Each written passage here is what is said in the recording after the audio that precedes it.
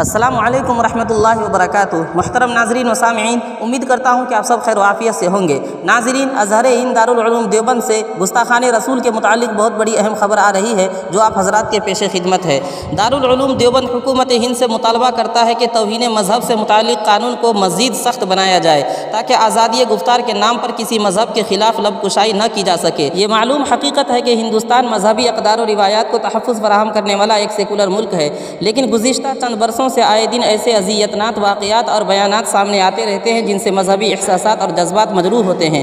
فرقہ پرست اور شدت پسند عناصر اور ان کا ہم نوا میڈیا ہر روز دل آزار گفتگو کرنے لگا ہے۔ جیسے جیسے فرقہ واریت کو شہ مل رہی ہے، مذہبی شخصیات اور مذہبی کتابوں کو بھی ہدف تنقید بنایا جانے لگا ہے، جس کے سبب عالمی سطح پر ہمارے دیش کی سیکولر اور انصاف پسند شبیہ کو نقصان پہنچ رہا ہے۔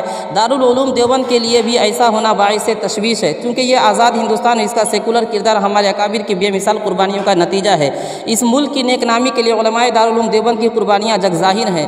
ہندوستانی مسلمان صبر و تحمل کے ساتھ ملک کی سلامتی اور امن و آشتی کی خاطر آج بھی بہت کچھ برداشت کر رہے ہیں، لیکن توہین رسالت صلی اللہ علیہ وسلم کا معاملہ ہر مومن اور انصاف پسند انسان کے لیے قطعی ناقابل برداشت ہے، جس پر خاموش رہنا ممکن نہیں۔ گزشتہ دنوں ہمارے ملک میں اہانت رسول صلی اللہ علیہ وسلم کا جو دلخراش واقعہ پیش آیا، اس کی جتنی بھی مذمت کی جائے وہ کم ہے۔ اس کے خاطر قرار واقعی سزا ملنی چاہیے۔ ہم نہیں چاہتے وطن عزیز میں ایک دوسرے کے خلاف توہین مذہب کی مقابلہ آرائی شروع ہو جائے اور مزید جگ ہنسائی ہو۔ ایسٹ نندا پر مربوط مضبوط اور واضح قانون سازی ہو تاکہ کسی مذہب یا مذہبی پیشوا کی توہین نہ کی جا سکے۔